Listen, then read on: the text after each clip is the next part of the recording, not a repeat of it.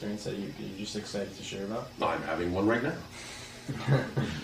The idea, however, is I will share this with you. I, along with many others, am in the process right now of engaging with another society that is about to join our association of worlds, our interstellar alliance.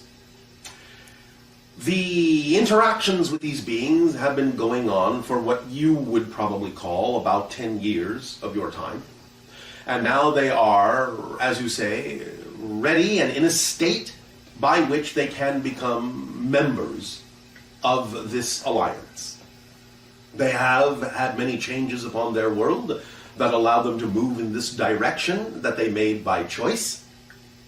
And one thing that is very exciting for myself personally and for our civilization is the ability to experience their society in the way that they have presented themselves, which is a relatively unique kind of expression. They act out, every member of their society acts out stories constantly as their way of communicating ideas. So every being on their planet, in a sense, is an actor. And they create interactions to express what they wish to communicate. They create, in a sense, mini plays. Do you understand? Yes.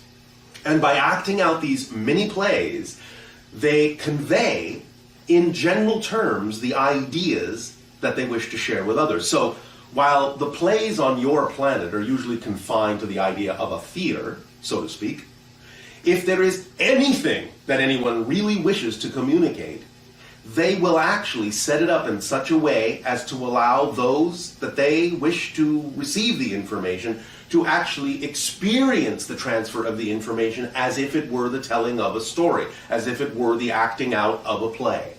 I understand. So even in what you would call a business meeting, it would actually be that a story would be told that contains all the elements they wish to convey about the idea of the process they are going through, and the idea of all the possible outcomes that could occur, of course, with the emphasis on the one that serves everyone the best, in terms of what you would call win-win scenarios. Do you follow me? Yes. And then there is, in that sense, another play that is created to experience alternative ideas that may be what you would call then the idea of negotiating the reality, so that eventually, through all of the storytelling and play acting, there is ultimately arrived at a negotiated reality experience that is then also played out, perhaps for members of the family or friends, to demonstrate the ultimate outcome or result of all the different play acting and storytelling in the back and forth exchange between the different parties. A very interesting and exciting civilization. Sounds like it. Yes. I would like to know if a few of these biblical figures and characters as portrayed in the Bible are in fact real people that have such as Moses, Abraham, Yes. Solomon, Yes. Jesus. Yes. They were real historical people, if that's what you're asking. As portrayed in the Bible? Not completely. Some of it is metaphorical. Some of it is literal. Some of it is an analogy. Some of it is misremembered. Some of it is misinterpreted. Okay. Depends on what you are specifically referring to. For example, did Solomon's temple actually exist? Yes, it did. And in fact, it actually partly still does.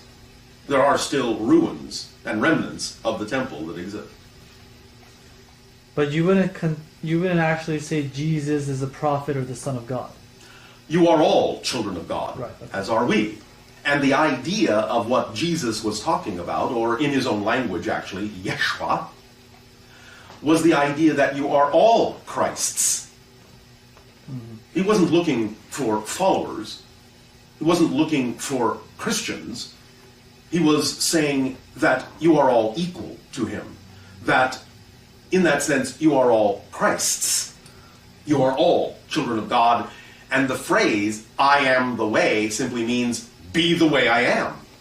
Be like me. And you will be in alignment with your full, true, total self in a relationship with creation. But for example, when Moses was on the mountain and he received the Ten Commandments from God, what do they Well, refer not to exactly when they say... from what you in your religious sects call God. Right. This was actually a communication with extra-dimensional beings. Okay. Just wanted to make sure. Bashar, you mentioned... Yes. Bashar, you mentioned that you should always act on your highest excitement. Well, not should.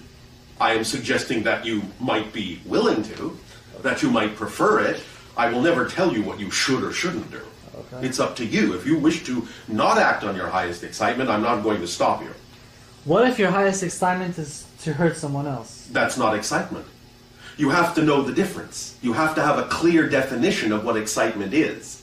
So when someone says, my excitement is to hurt others, they actually don't have a definition or an understanding of what excitement actually is. Because the only way you would want to do that is out of anxiety and fear. Because if you truly are acting on your excitement and truly in line with a definition that is appropriate of excitement, you will know that you will be self-empowered. And if you're self-empowered, why would you need in any way, shape, or form to hurt anyone else? You understand? It's a contradictory definition. You have to have a clear definition and an understanding of what excitement is, and when you do, you will know that the concept of hurting someone else does not fall under that definition. Please define your definition of excitement. It is always a positive thing that allows you to know that you're fully self-empowered and capable of creating and co-creating a reality experience that is always beneficial for you and all concerned. Because remember, as we have said, the greatest power requires the gentlest touch. If you have to intervene or force yourself on someone else, then what that's actually an indication of is you don't actually believe in your own power. Because if you believed in your own power, if you knew you were powerful enough to create the reality that you prefer, why would you need in any way, shape, or form to interfere with anyone else's process? You understand? I understand. So you have to have a clear definition of what excitement is, and it's always self-empowering, and it's always that which is best for all concerned, not just yourself. Understood. All right. Yes. Can I have your opinion and understanding about Freemasonry?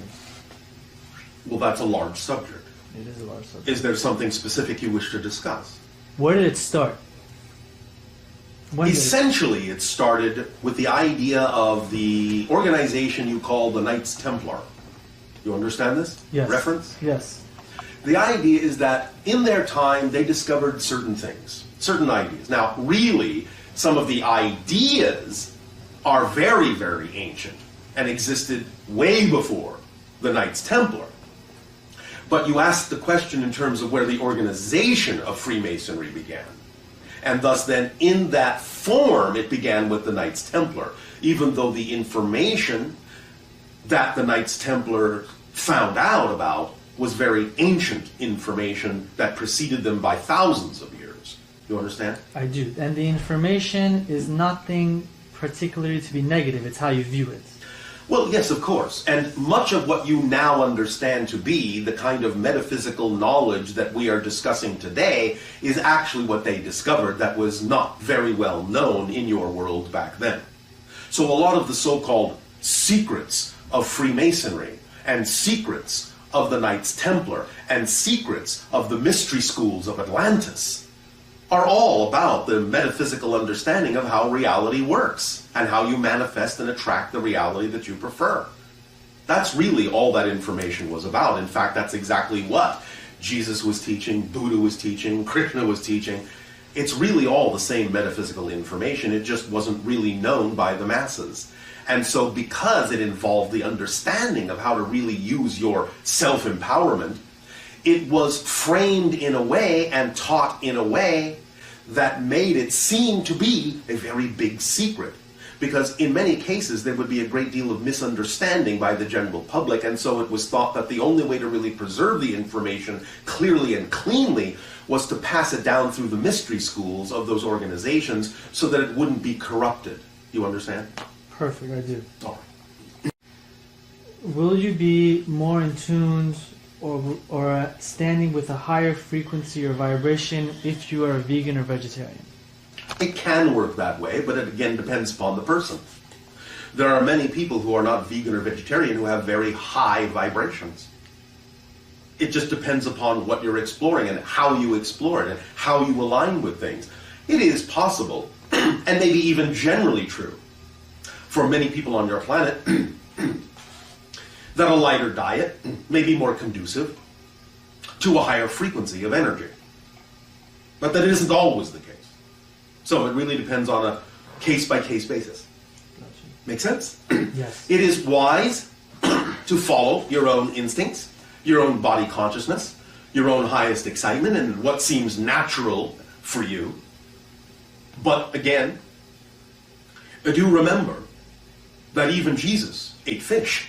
Yes? Yeah. Well, there you go. So the idea really is what you do with it, what the relationships you form with the food, what your understanding is of gratitude for having received what the animal has given to you as a gift to support you. It depends on the relationship.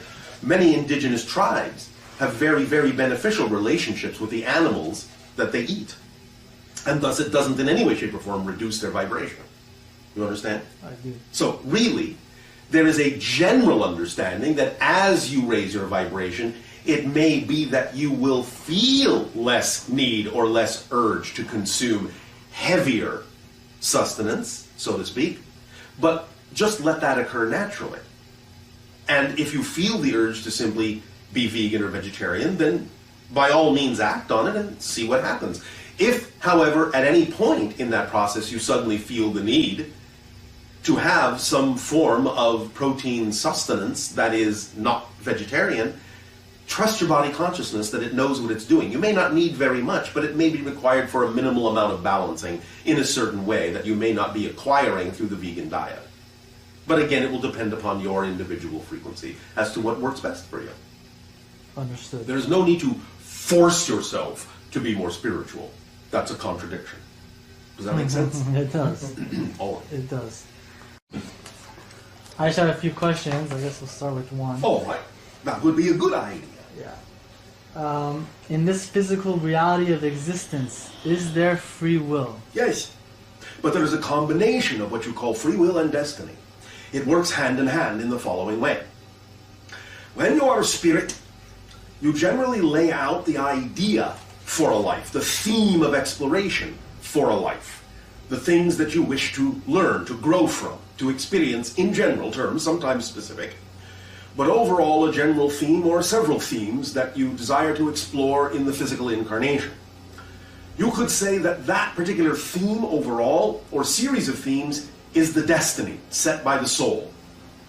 But when you are physically incarnated and have a physical mind, a personality, you are allowed to exercise your free will about exactly how you go about exploring those themes.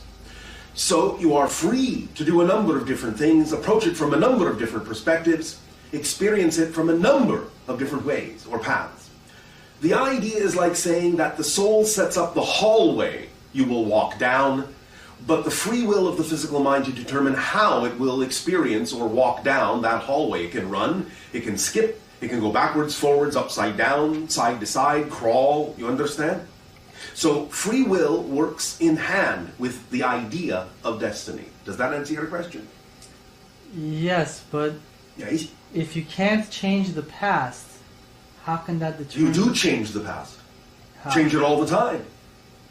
Anytime you redefine who you are as a person, you actually create, in a sense, or shift to what you would call a different timeline. Thus, what you supposedly remember as your past will simply be relevant for the person you're defining yourself to be in the present. You may not even know that your past has changed, because it will seem like the past that has always been there relative to the person you are now. But it always changes. The past is the result of the present, not the other way around. Does that make sense? Okay, I understand that. Yeah. All right. Okay. Pay attention to your emotions, Pay attention to your thoughts, pay attention to your behaviors, because your behaviors, your thoughts, and your emotions are always the result of something you believe to be true. So when you engage in any kind of action whatsoever, pay attention to what you're truly feeling. If you're honest with yourself, and it is truly being done out of integrity, out of alignment with your true self, then you will know that the feeling you're feeling is not excitement, but anxiety. And when you know it's anxiety, and you're doing it out of anxiety, or to fill the idea of an emptiness within you, then you know you're doing it for a negative reason. Find out what the negative belief is that would generate those feelings, and change it, and let go of it. And then you will find that you don't have those intentions, you don't have those feelings. And you will be now acting on things only in a positive and an aligned way. It's that simple. You just have to have the willingness to explore yourself honestly, so that you can truly admit and own and acknowledge when you do have a negative idea, a negative feeling, and not gloss it over and cover it up and pretend that it's not there. There is nothing to fear about facing those things. You will only discover more of yourself in the exploration. The unknown only contains more of yourself. That's all it can contain. So there is no reason to fear exploring the unknown, or exploring a negative belief that you might have as to why you have it. Exploring it and discovering it and having a conscious realization that you have it is what frees you to change it. If you push it down and push it away or ignore it or bury it, then it will only come back stronger next time, and it will be even more difficult to deal with. So it is the path of least resistance, as soon as you feel anything out of alignment, to deal with it and find out why it's there. And it will always come down to something that you have been taught to believe is true over something else. Decide what's true for you, really true for you, on your definitional level. And when you do that, then you'll be in alignment with yourself, and you will experience your life that way. And give everything that happens in your life a positive meaning if you want to experience a positive effect. If you give things negative meaning, the only effect you can get is a negative one. Because everything is neutral. And only the meaning you give it determines the outcome and the effect that you experience. And I don't mean the way it looks, I mean the way it is experienced by you. Because the idea and the proof of change is not that the outer world has changed. It's that you respond differently to it, even if it looks the same. That's the proof of change. And when you truly have changed, then the outer reflection can change, but not because it has to. Because you wouldn't care whether it changed or not if you were truly generating your own positive state. Because it wouldn't matter what would happen. You would know that no matter what happens, you will only get a positive effect in your life, regardless of what anyone else is getting out of it. And by acting as that positive example to others, you can show them that they can also choose to only experience positive effects in their life, should they so desire to. Not that they have to. All that makes sense? Yes. All right. Bashar, Yes. can you tell me about masturbation? What about it? That's a good question. Perhaps you will have to refer to Master Bates to ask that question. Is it a positive thing or a negative thing? Do you understand the idea that anything and everything can serve both functions? Everything is fundamentally neutral. So the idea is that any act can serve either a positive or a negative effect. It depends on how it's used. It depends upon the intention behind it. It depends upon the alignment of energy in which the act is done, or the lack of alignment in which the act is done. Every circumstance can serve positive or negative results. If it's based on your highest excitement at the time. Well, then you know the answer, yes? Yes, okay.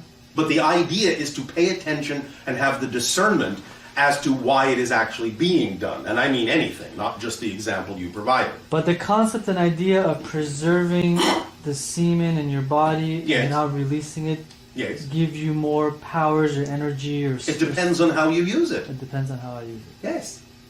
But if I release it and I can still sustain that capacity of energy... Have you ever gone to the gym? Yes. Have you ever run? Yes. Have you ever sweated? Yes. Well, you released a lot of water from your body. Didn't you need it? Yeah. Did it reduce your power? For temporary. And then what did you do?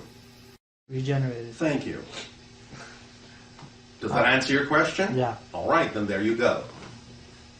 You sweated it out for what you believed was a positive action, yes? Yes. You got positive benefits out of losing all that moisture from your body, yes? Yes. So you have to pay attention to the intention behind the act. If it is truly your excitement, then by definition it cannot harm you. The duty that you have is to be honest enough with yourself as to whether the intention behind it actually is positive or negative. Because many of you have the capacity to fool yourselves and think that you're doing something exciting when in fact it's not representative of your excitement. And vice versa. So how do you know for sure? You have to have honesty and willingness to explore and be honest with yourself about the motivations behind what you choose to do. I see. And if you are that honest and that willing, you'll figure it out. I see. Would you be able to tell me anything about the man that was known as Osho? Define. Osho Rajneesh? Oh, all right. What do you wish to know? Just if there's anything you could tell me that was why, like around his, the meaning he was here on Earth. The meaning? Because it seemed like... The meaning was to experience the life that he experiences. The idea is to act as a reflection for those that need to look at things from a certain perspective. Okay. Does that make sense? Yes.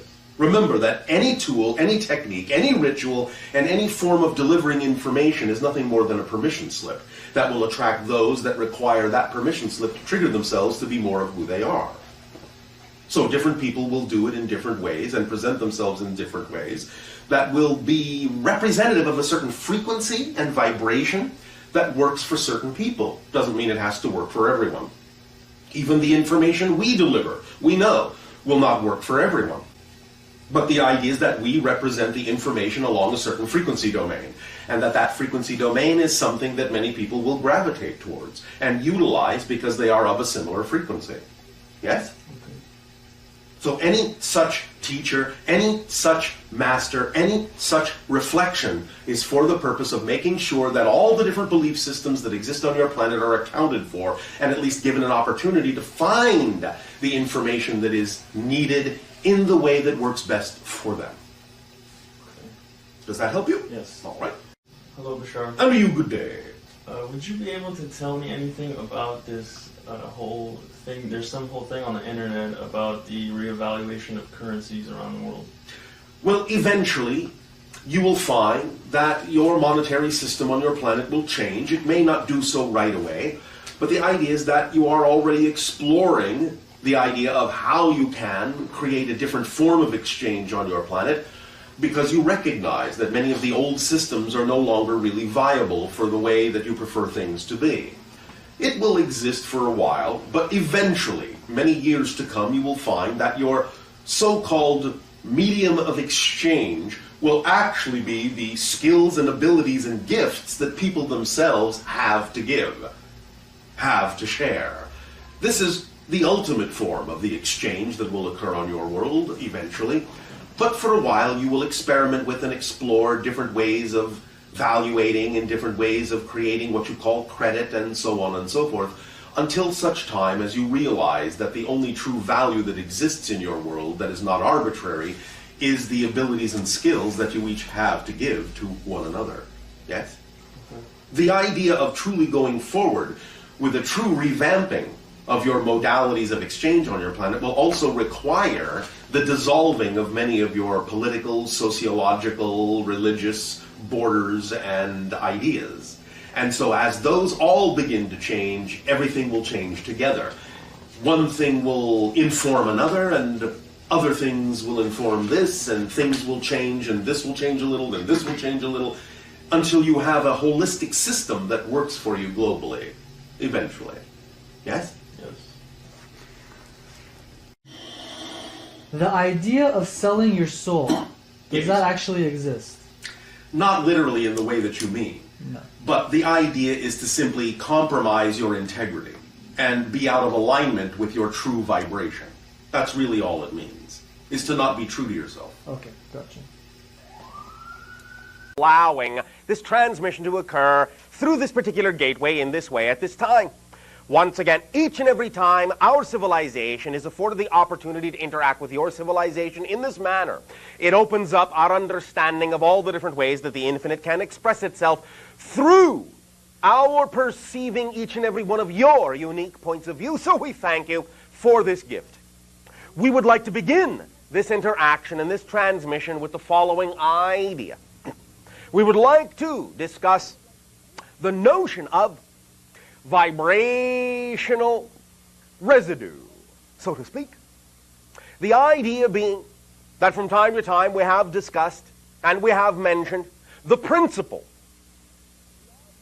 called resonance identification. And we have discussed many times the idea that everything is vibration of energy, and that, of course, as many of you already know, whatever frequency, whatever vibrational rate you are operating on is what determines, of course, the reality experience that is reflected back to you through the experience of physical reality.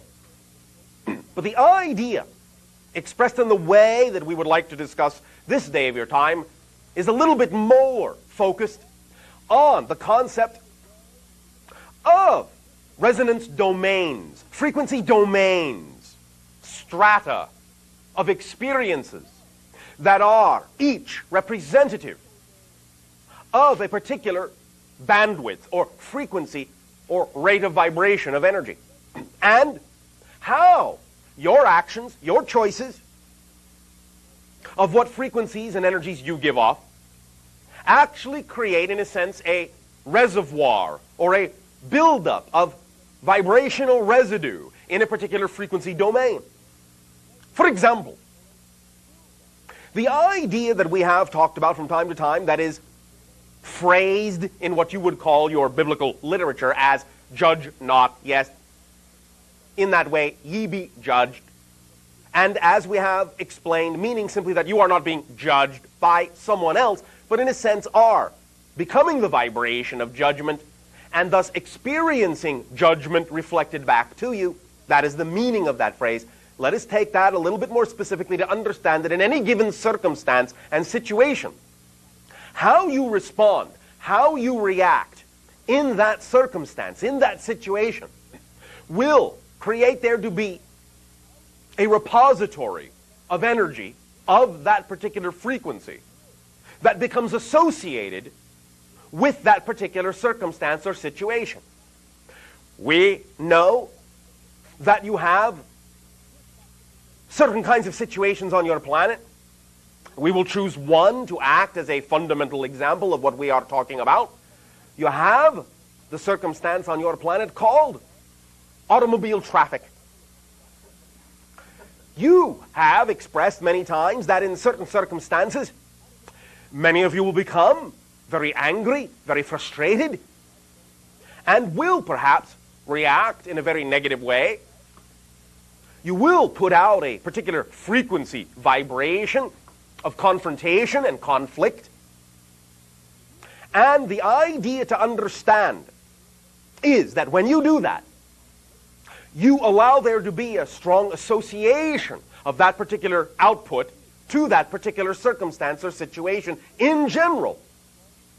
So that if you yourself then in the future should find yourself in the very same circumstance or situation on the same frequency vibrational level again, whatever it is as a vibrational deposit that you left last time, you will then experience being reflected back to you the next time.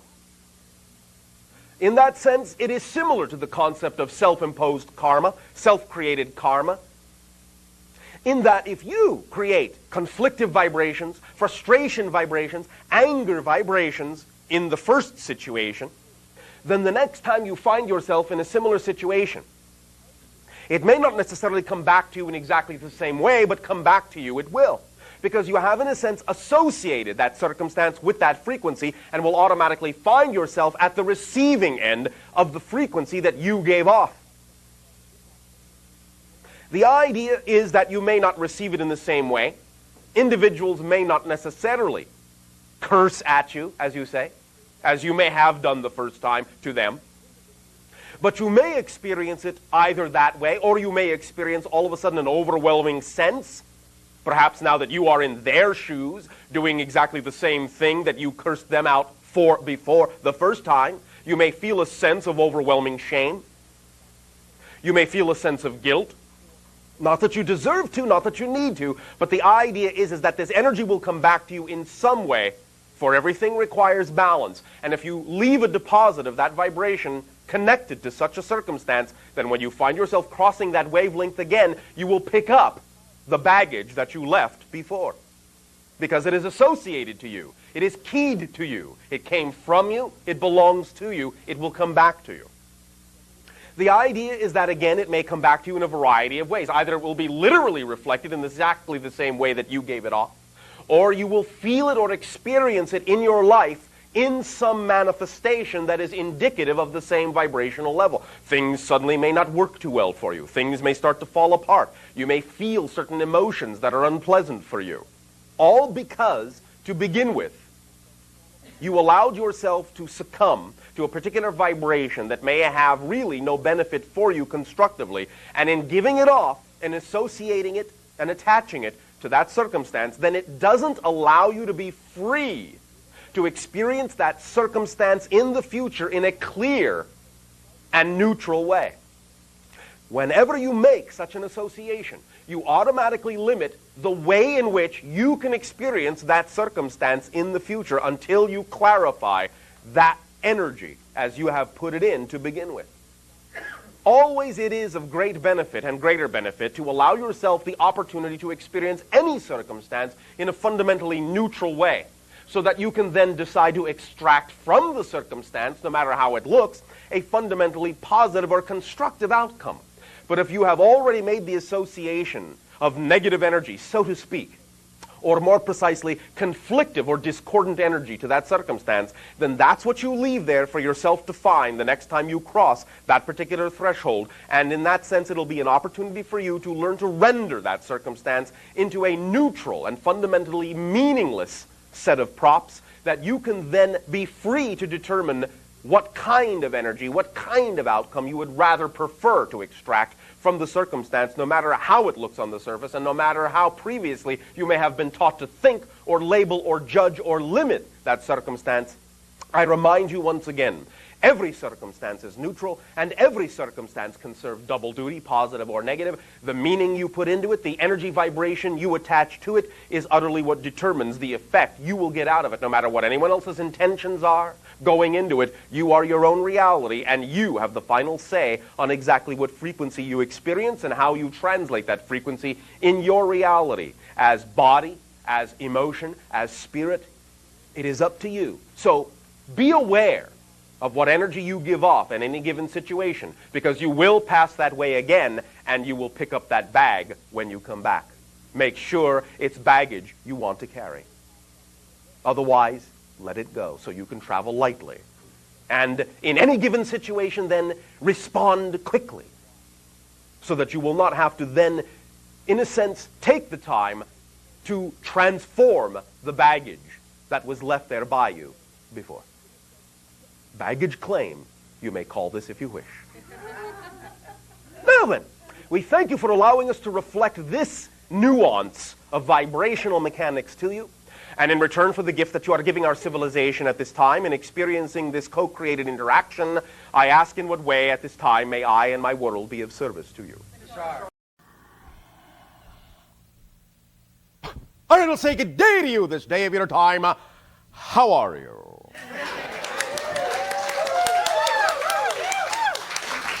All right. Thank you. Good morning, class. Thank you. Today of your day, we will begin this interaction by first and foremost, once again, thanking each and every one of you for co-creating with us this transmission. We will be conducting this day of your time a type of class, a type of laboratory. There will be a test. Just kidding. No, I'm not. There will be a variety of things that we will do in this interaction today. We will be sharing some knowledge. We will be having some discussion. We will be having some fun. We will be playing some games.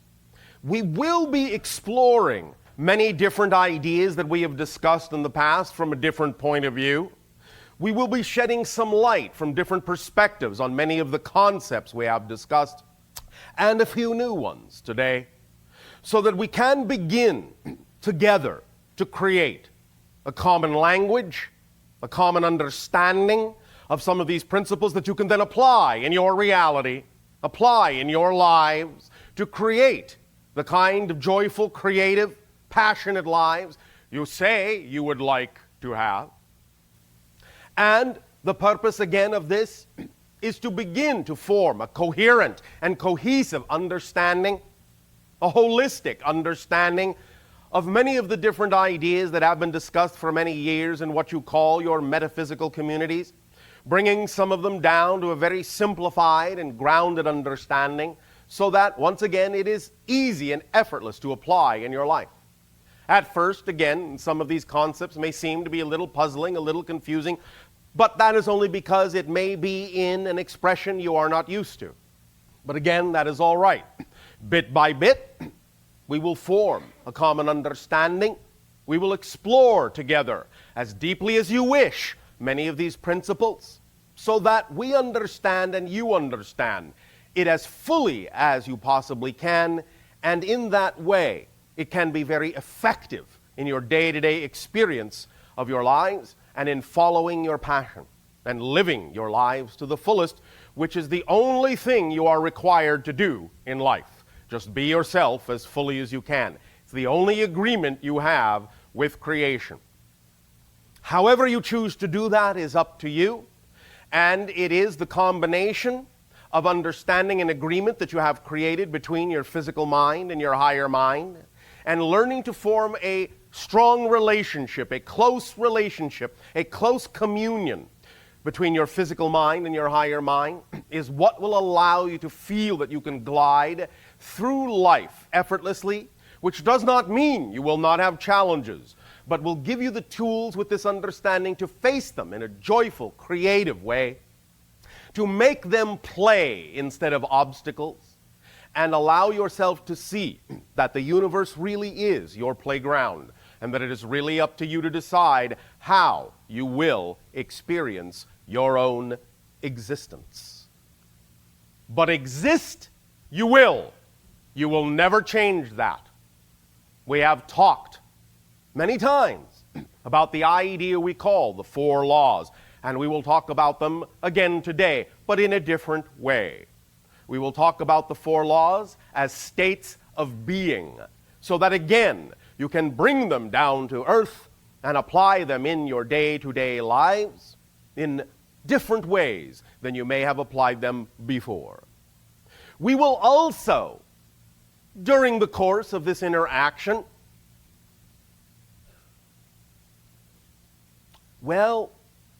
offer you a few brain teasers.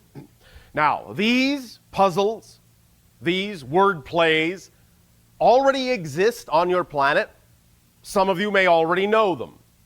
We encouraged the channel to do some research for us to find certain ones that would touch on certain things for the purpose of illustrating how preconceptions work, how your brains process things, how you think. Just for the purpose of playfully illuminating some of the reasons how beliefs and definitions may color what you see in life, and how to be more aware of when you have those particular points of view, and how to change them in a way that serve you. So, during the course of any particular brain teaser, we would like to ask that any of you that may recognize them and know what the answers are, keep that to yourselves, so that those that do not know may benefit from the new experience. All right? All right? Thank you. Want to make sure class is awake. All right. Now then, let us begin in the following way. April. Yes, Bashar. Will you please be so kind as to walk up to the board that has been created and remove the piece of paper in the upper left labeled number 1. All right. And what does it say? It says Prime, prime radiant. prime radiant. Thank you. You may sit. Now, we have discussed this concept a little bit, and today, through the creativity and kindness of many people, we are able to provide a little bit more of a graphic demonstration of this concept to really visually drive the point home into the center of your brain. Remember this. Every new thought literally, physiologically alters the neurological pathways in your brain. Every single thought.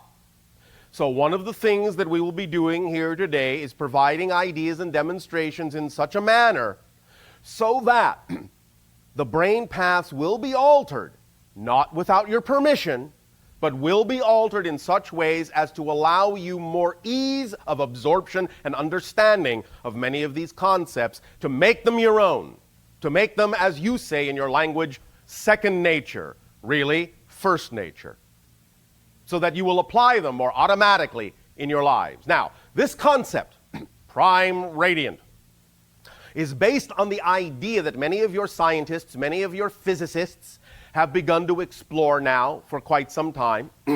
The idea has been termed in your society the unified theory, M theory, string theory, many different things. And they are approaching an understanding of this concept as we know it.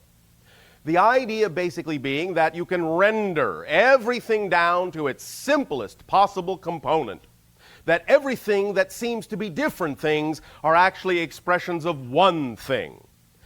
Now, we would like to take this a step further than your scientists have yet to do by explaining the idea in its most basic way, again, reiterating that when we talk about the idea that everything is one thing, we mean it even unto the concept of what you call a single particle. Now, we understand that the word particle is just a euphemism.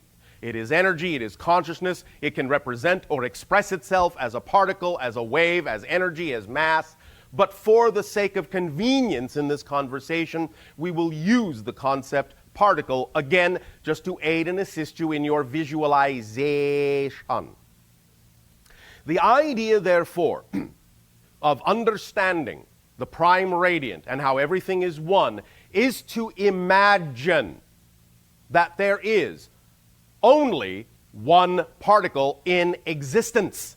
I don't mean one kind of particle, I mean only one particle. That's it. All of existence is made from the same one particle. In the ultimate time-sharing plan. What do we mean by that? I will explain. And we will explain with a beautiful demonstration. Kirby, yes. Are you ready to assist? Yes. Kathy, yes. Are you ready to turn down the lights? Yes. Not yet. All right. Now, as you can already see, there are on either side of the channel's body 2 round crystals. For now, assume there is only one. Only one. This is the particle, the one particle that exists, the only one. Now, if that particle does not really have mass, because there's nothing else, nothing to interact with, no gravity, in a sense, nothing else, just that particle. No real space. It has no mass. It can really move in any way it wants to. It can move beyond the speed of light. In fact, its speed, again a euphemism, can really be infinite. It can move anywhere it wants as fast as it wants. So the idea is, let us say, this particle decided to move from here to here. Kirby? All right. Now, there it is. Now you say, well, it's over there. Now, let's say it is moving here and there and there and here and back and forth. And the idea is that because it can move at infinite speed, you can start moving back and forth, back and forth, back and forth. Turn off the lights. Back and forth, back and forth. As it moves back and forth, and as it does so at infinite speed, you can ramp up the speed, back and forth, back and forth, back and forth, faster, faster, faster, faster, faster, faster, faster, until it is going back and forth so quickly it appears to be in two places at once. Do you see this?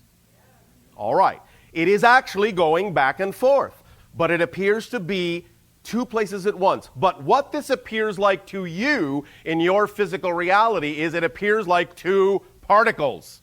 It's not. It's the same particle. The idea, therefore, to expand this notion is if you imagine that this single particle can move at infinite speed, what that means is it can be everywhere at the same time, appearing as if it is a multitude of particles when in fact it's all the same one particle moving back and forth in an intricate pattern, an intricate geometric pattern of consciousness that thus then makes it appear that the universe is full of different particles, different atoms, different things. But every single thing, every star, every galaxy, every rock, every being, every atom, every subatomic particle are all made out of the same one particle. So when we talk about the idea of everything being one, not only is it meant spiritually and energetically, it is literally meant physically as well. When this particle crosses its own path in this incredibly beautiful and complex geometric pattern, when it crosses its own path, it reinforces itself. It becomes denser and denser and denser and denser. It has something now to interact with itself on a different path. And as it interacts with itself more and more often on many different paths, in many different perspectives, it becomes denser, denser, denser, denser, and forms the different states of reality from higher dimensions to physical reality. But it's all the same. It's all made out of the same one thing, literally. Does that seem clear to you? All right. You may leave them on, bring up the lights if you wish. Now, thank you very much for your assistance. The idea then is to really understand that as you hold on to this visual, as you replay this in your imagination, and as you then look at any one or anything in your reality, allow yourself to expand this visual image you have now been given today in such a way, bit by bit at whatever pace is comfortable for you, that when you, let's say, are sitting in front of a rock or sitting in front of another person, however you wish to do it, that you, in your imagination, allow yourself to begin to see in your mind's eye this one single particle going back and forth, back and forth, back and forth, so quickly that you see it actually building up all of the different atoms in you and in the other object or person you are looking at. back and forth until you are both flickering so fast that it appears you are actually two solid things. The more you practice this visualization, the more you will begin to actually identify with more and more things in creation, because you will truly understand you are actually all made out of the same one thing.